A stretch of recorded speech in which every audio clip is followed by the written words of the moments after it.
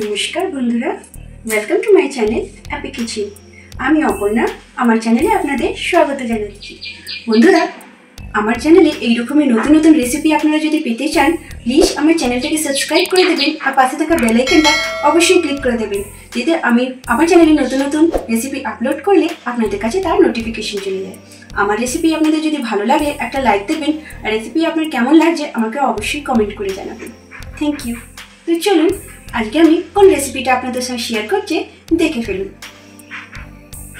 আজ আমি আপনাদের জন্য নিয়েছি রুই মাছের কালিয়া।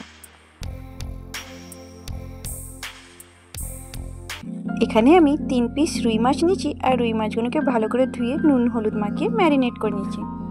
এবার গ্যাসের ফ্লেমটা অন করে কড়াটা বসিয়ে দিলাম আর কড়ার মধ্যে সর্ষের তেল দিয়ে দিলাম আর তেলের মধ্যে 1 চিমটে নুন দিয়ে দিলাম।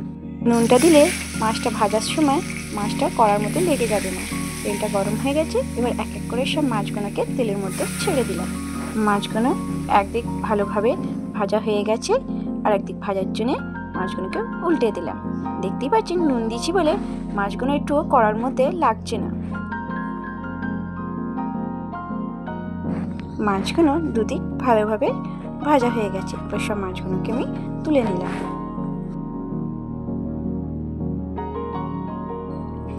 এবার মাছ ভাজার পর কড়ার মধ্যে তেল বেঁচে গেছে, ওই তেলটার মধ্যে মাছের ঝালটা করবো, তাহলে মাছের ঝালের টেস্টটা খুব ভালো হবে।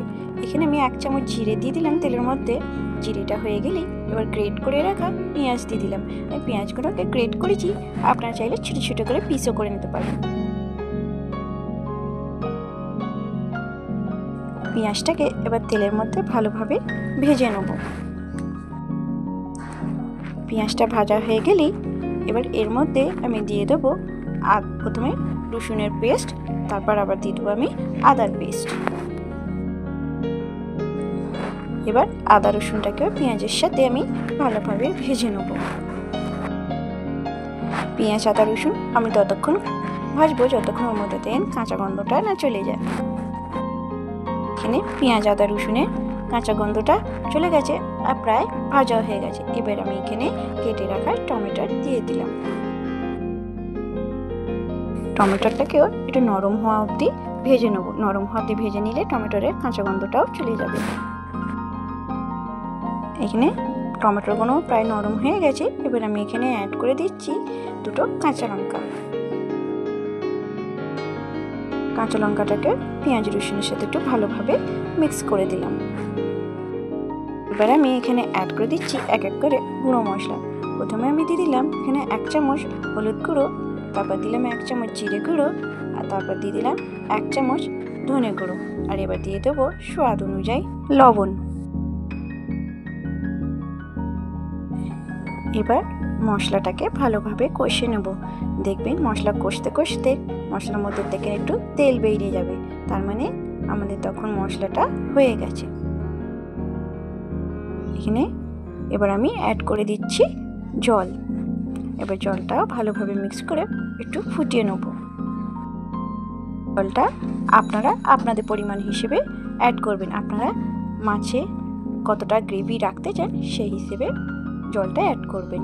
এবার এখানে মাছের ঝালটা একটু ফুটে গেছে, ওই জন্য এখানে আমি মাছগুলো সব অ্যাড করে দিলাম। আর অ্যাড করে আর একটু মাছের ঝালটাকে আমি ফুটিয়ে নিলাম। এখানে আমাদের মাছের ঝালটা প্রায় রেডি হয়ে গেছে। এবার আমি এখানে অ্যাড করে দিচ্ছি 4 চামচ ফেটিয়ে রাখা টক দই। এবার দইটা দিয়ে ভালোভাবে মাছের ঝালটা মিক্স করে নেব। আর খুব বেশিভাবে মিক্স করবে না, নালে মাছগুলো ভেঙে যেতে পারে। আর একটু ফুটিয়ে নিয়ে এবার আমরা এখানে সবার শেষে অ্যাড করে দেবো একটু ধনেপাতা কুচি। ধনেপাতা কুচি ওপর দিয়ে দিলাম। এবার আমাদের এখানে রুই মাছের কালিয়া প্রায় রেডি হয়ে গেছে। এবার এখানে গ্যাসের ফ্লেমটাকে অফ করে দিলাম। এবার চলুন মাছের কালিয়াটাকে গরম গরম ভাতের সঙ্গে সার্ভ করি। Thank you for watching my video.